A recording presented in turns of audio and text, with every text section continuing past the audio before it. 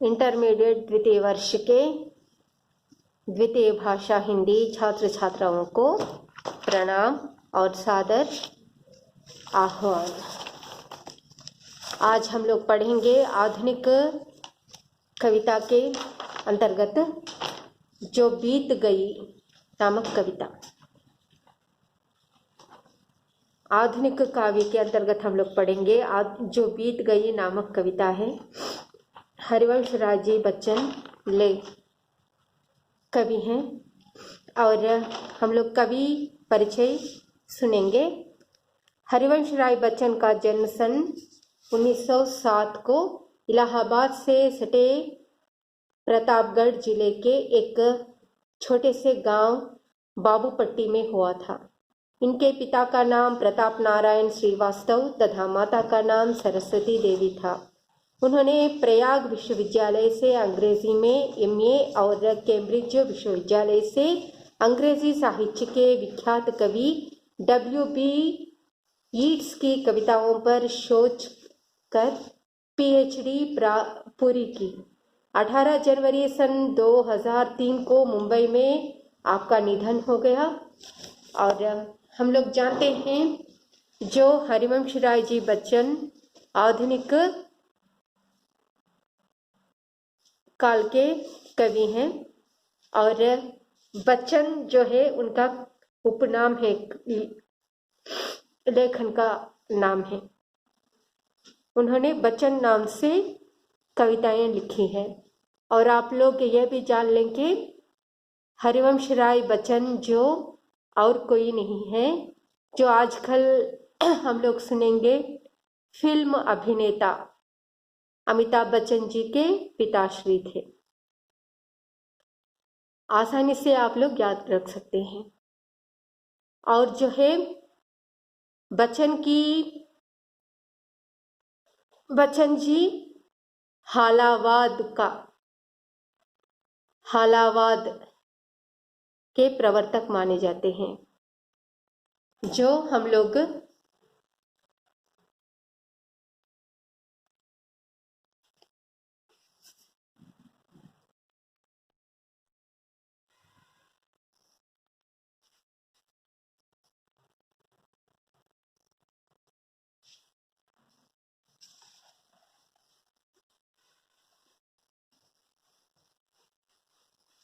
उनकी रचनाओं को देखेंगे। बच्चन की मौलिक रचनाओं में मधुशाला, मधुबाला, मधु कलश, निशा निमंत्रण, मिलन यामिनी, धार के इधर उधर प्रमुख है। उनकी गद्य रचनाओं में क्या भूले क्या याद करूं, छोटी छोटी कड़ियां, नीड़ का निर्माण फिर प्रमुख है। विषय और शैली की दृष्टि से स्वाभाविकता बच्चन की कविताओं का उल्लेखनीय गुण है। इन्हें हालावाद का प्रवर्तक माना जाता है। इस कविता में बच्चन जी क्या कह रहे हैं हम लोग सुनेंगे। जो बीत गई कविता को हम लोग पढ़ेंगे। जो बीत गई हरिवंश राय बच्चन जी की रचना जो है। जो बीत गई सो बात गई, जीवन में एक सितारा था, माना वह बेहद प्यारा था। वह डूब गया तो डूब गया, अंबर के आनंद को देखो। कितने इसके तारे टूटे, कितने इसके प्यारे छूटे। जो छूट गए फिर कहाँ मिले, पर बोलो टूटे तारों पर। कब अंबर शोक मनाता है, जो बीत गई सो बात गई। इस कविता के पहले जो 5-6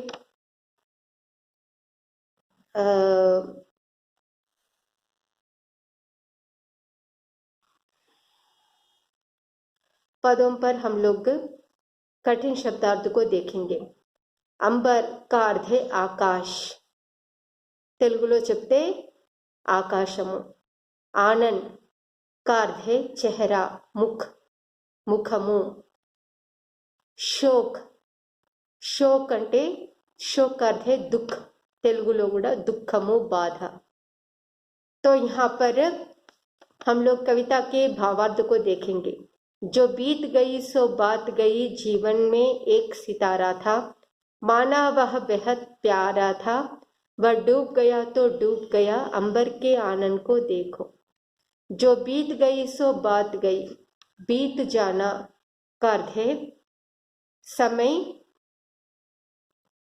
గుజర్ జానా, సమయము గడిచిపోవటము, ఒక సెకండ్లోనే ఒక నిమిషంలోనే సమయం గడిచిపోతుంది, అలాంటి సమయము। जो बीत गई सो बात गई, बात का अर्थ है बोलना। यहाँ पर कवि कहते हैं कि बीत गया तो बात ही चली गई, मतलब याद ही नहीं करना जो बीते हुए क्षणों को।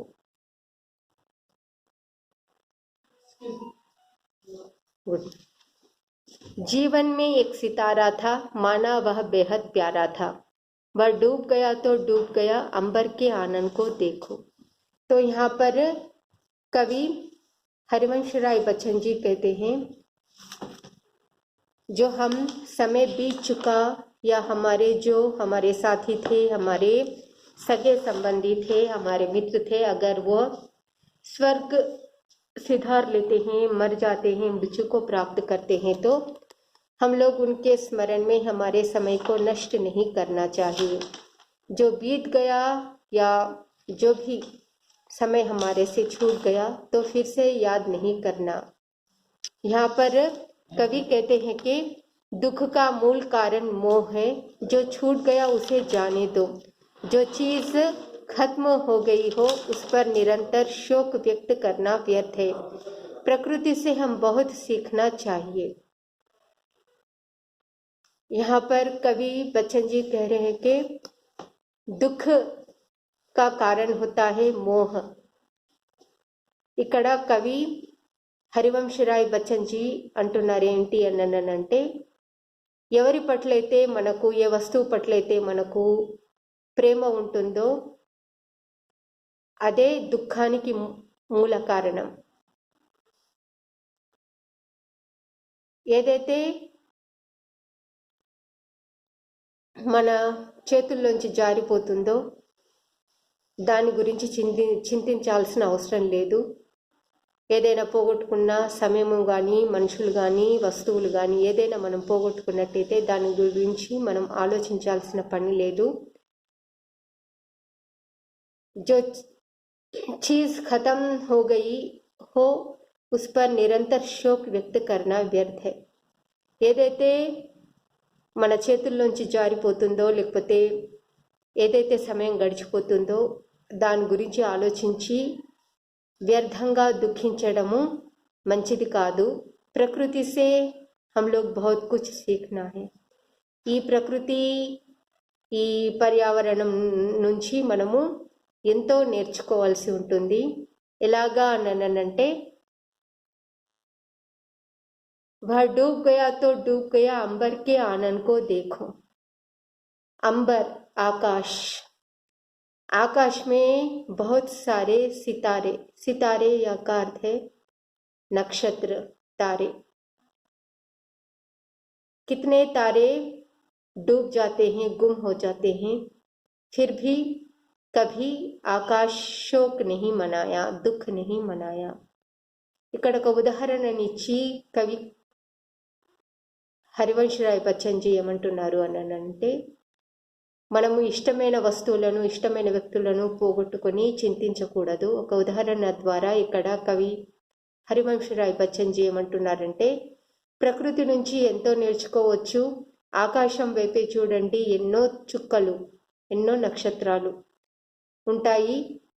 ఎన్నెన్నో ఆ నక్షత్రాలు మునిగిపోతుంటాయి, మాయమైపోతుంటాయి, కానీ ఎప్పుడూ ఆకాశము ఆ నష్టపోయినటువంటి ఆ నక్షత్రాలను గురించి ఆలోచించదు అనేసి చెప్తూ ఏమంటున్నారు అనంటే, అలాగా ఎన్నడూ ఆకాశము దుఃఖాన్ని, శోకాన్ని వ్యక్తపరచదు। అలాగే మనం కూడా ఈ ఆకాశం యొక్క ఆ బాధను మనం అర్థం చేసుకొని అలాగే మనం కూడా అలవాటు చేసుకోవాలి, మనం కూడా ఆచరించాలి అని చెప్తూ, कब अंबर शोक मनाता है जो बीत गई सो बात गई। जीवन में वह था एक कुसुम, थे उस पर निच निछावर तुम। वह सूख गया तो सूख गया, मधुवन की छाती को देखो। सूखी कितनी इसकी कलियां, मुरझाई कितनी वल्लरियां। जो मुरझाई फिर कहाँ खिली, पर बोलो सूखे फूलों पर। कब मधुवन शोक कब मधुवन शोर मचाता है जो बीत गई सो बात गई।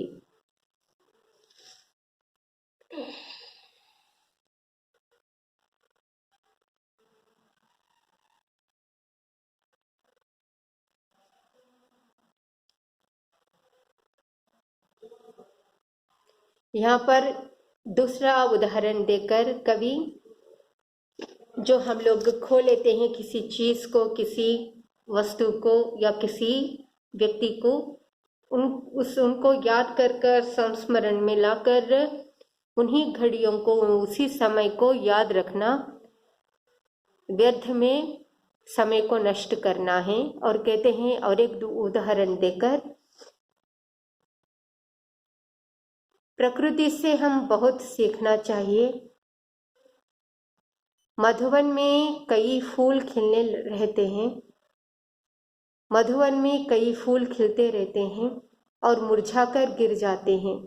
मधुवन में हर दिन कई फूल गिरकर दिखाई देते हैं, तब पेड़ कभी नहीं रोता है। यानी हमसे कोई दूर हो गए तो दुख नहीं करना चाहिए। तो यहाँ पर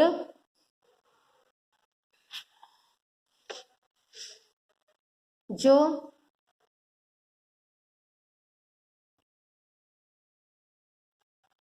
फूलों के वन होते हैं, वहां पर कई पेड़ों के फूल हमेशा हर दिन खिलते हैं और मुरझा जाकर नीचे गिर जाते हैं या सूख जाते हैं।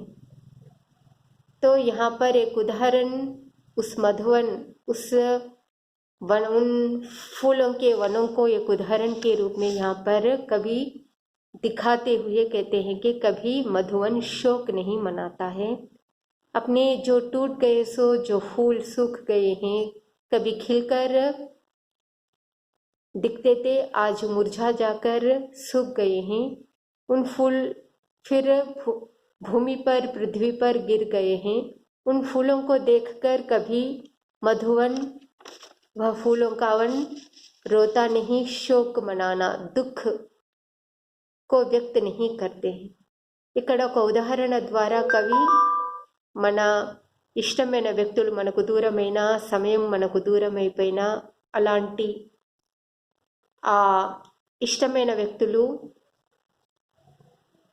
మనకు దూరం అయిపోతే ఆ క్షణాలను గుర్తు చేసుకొని మనం చింతించకూడదు అని ఇంకొక ఉదాహరణ ద్వారా మనకు అర్థం చేస్తున్నారు. ఏంటి అని అంటే, పూల తోటలో ఎన్నో చెట్లకు ఎన్నో పువ్వులు పూస్తూ ఉంటాయి.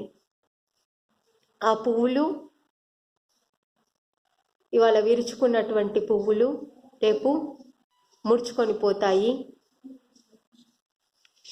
ఎండిపోతాయి, भूमि మీద పడిపోతాయి, చెట్టు నుంచి దూరం అయిపోతాయి.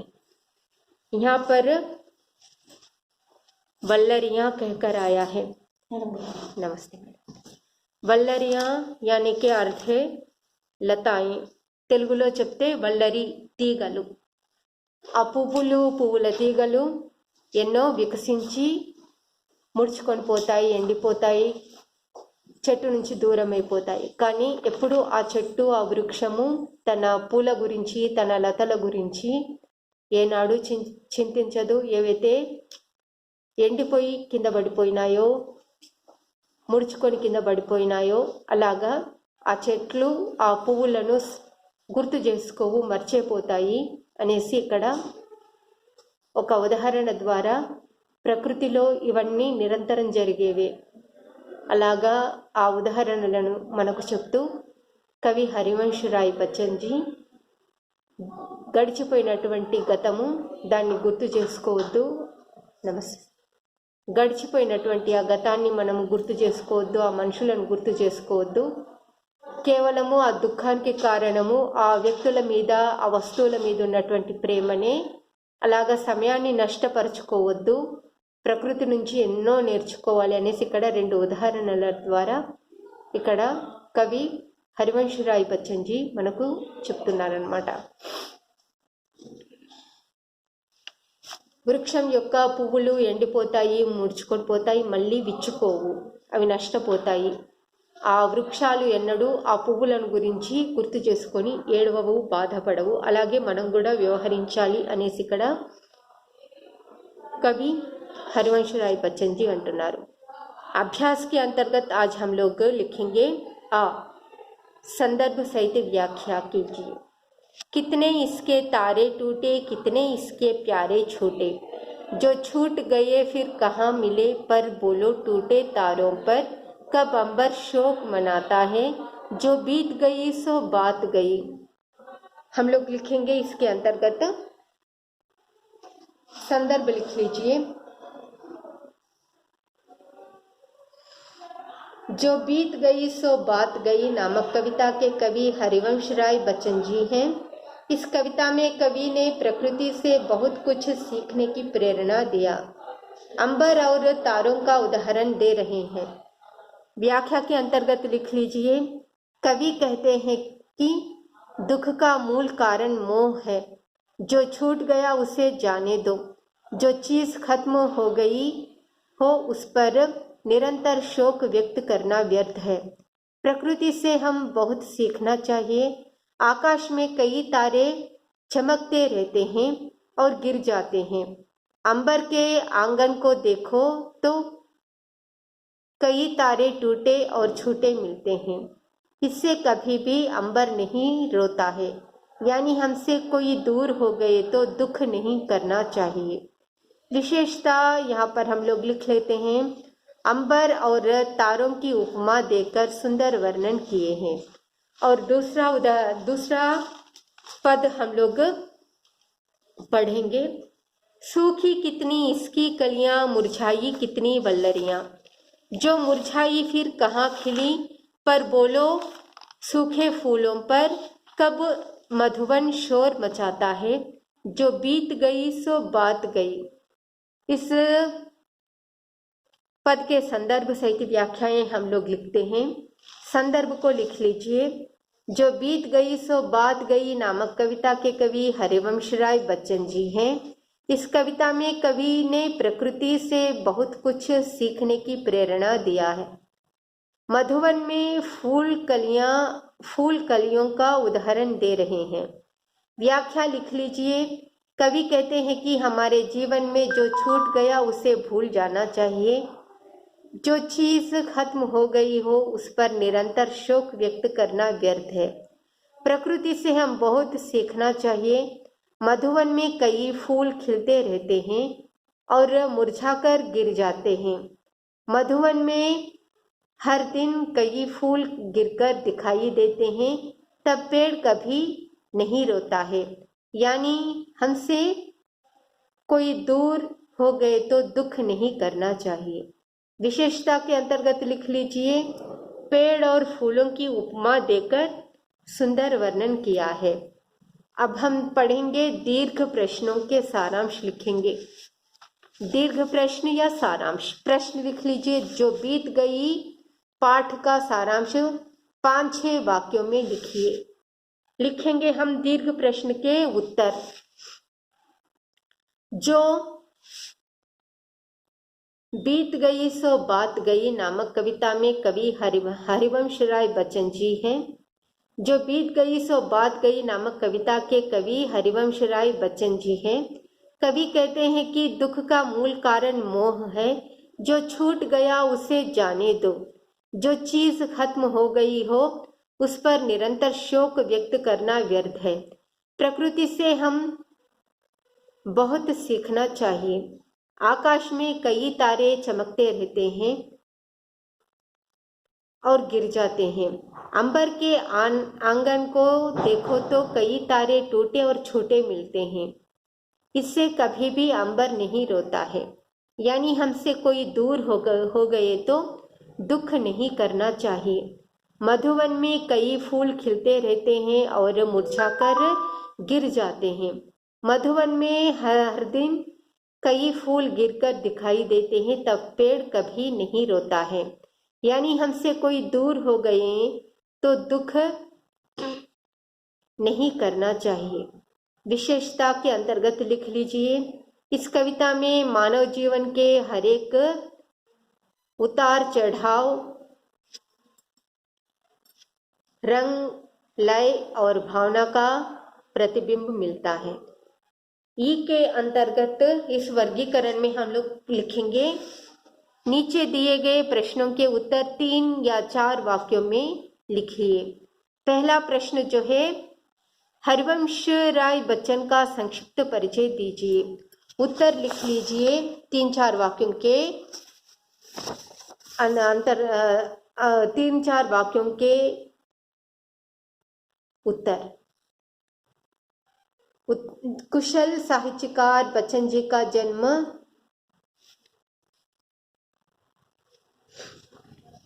बापूपट्टी गांव, जिला प्रतापगढ़ में हुआ था। हालावाद के प्रवर्तक बच्चन जी हिंदी कविता के उत्तर छायावाद काल के प्रमुख कवियों में एक हैं। उनकी सबसे प्रसिद्ध कृति मधुशाला है। मधुबाला, मधु कलश, निशा निमंत्रण इत्यादि आपकी प्रमुख कृतियां हैं। बच्चन जी को भारत सरकार ने 1976 में पद्म भूषण से सम्मानित किया था। उनकी कृति दो चट्टाने के लिए साहित्य अकादमी पुरस्कार मिला। बिरला फाउंडेशन ने उनकी आत्मकथा के लिए उन्हें सरस्वती सम्मान दिया था। फिल्म अभिनेता बिग बी अमिताभ बच्चन उनके सुपुत्र हैं। और दूसरा प्रश्न 3-4 वाक्यों के प्रश्न जो है इसमें हम लोग लिखेंगे, बीत गई सो बात गई कविता में प्रकृति के माध्यम से क्या प्रेरणा मिलती है। उत्तर लिख लीजिए। जो बीत गई सो बात गई कविता में प्रकृति के माध्यम से क्या प्रेरणा मिलती है। उत्तर लिख लीजिए। जो बीत गई सो बात गई एक प्रेरणादायक कविता है, जिसमें कवि कहते हैं कि जो चीज खत्म हो गई हो उस पर निरंतर शोक व्यक्त करना व्यर्थ है। प्रकृति से हम बहुत सीखना चाहिए। आकाश से तारे छूटते हैं, पेड़ से फूल गिरते हैं। ऐसे छूटने से, गिरने से, टूटने से प्रकृति चिंतित नहीं है। इसी प्रकार मनुष्य भी किसी बात पर चिंता नहीं करना चाहिए। और ई के वर्गीकरण में हम लोग लिखेंगे, एक शब्द में उत्तर दीजिए। पहला प्रश्न जो है, हालावाद के प्रवर्तक कौन थे। उत्तर लिख लीजिए, हरिवंश राय बच्चन जी हैं। और दूसरा प्रश्न हम लोग लिखेंगे एक वाक्य के, एक शब्द के, टूटे तारों पर कौन शोक नहीं मानता। उत्तर है अंबर, आकाश। तीसरा प्रश्न है, कवि किन बातों को भूलकर आगे बढ़ने की प्रेरणा दे रहे हैं। उत्तर में लिख लीजिए, बीती बातों को। चौथा प्रश्न है, एक शब्द में उत्तर देने के, हरिवंश राय बच्चन का जन्म कहाँ हुआ। बापूपट्टी गांव, जिला प्रतापगढ़ में कहकर लिख लीजिए। जो भी है हम लोग आज पढ़ चुके हैं। जो बीत गई सो बात गई। जो हम लोग हमारे जीवन में समय को और वस्तु को और हमारे जो भी व्यक्ति होते हैं, सगे संबंधी, हमारे प्यारे जो भी होते हैं, अगर वो लोग हमसे छूट जाते हैं, उनको याद करते हुए समय को नष्ट नहीं करना चाहिए। अगर बीत गया सो बीत ही गया और बात ही चले गया। अगर वो लोग जीकर हमारे साथ रहते हैं तो हम लोग उनसे कुछ न कुछ बोलते या समय उन लोगों से व्यक्त करते हैं। लेकिन वो लोग हमसे छूट जाते हैं, समय ही नष्ट हो गया, बात ही नष्ट हो जाने दो, याद नहीं करना चाहिए। बस हो गया।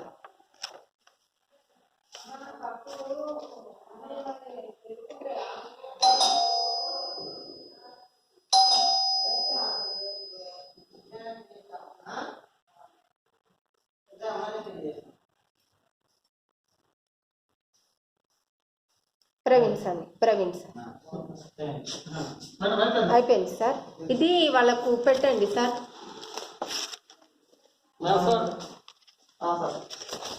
ఇక్కడ నుంచి ఇదంతా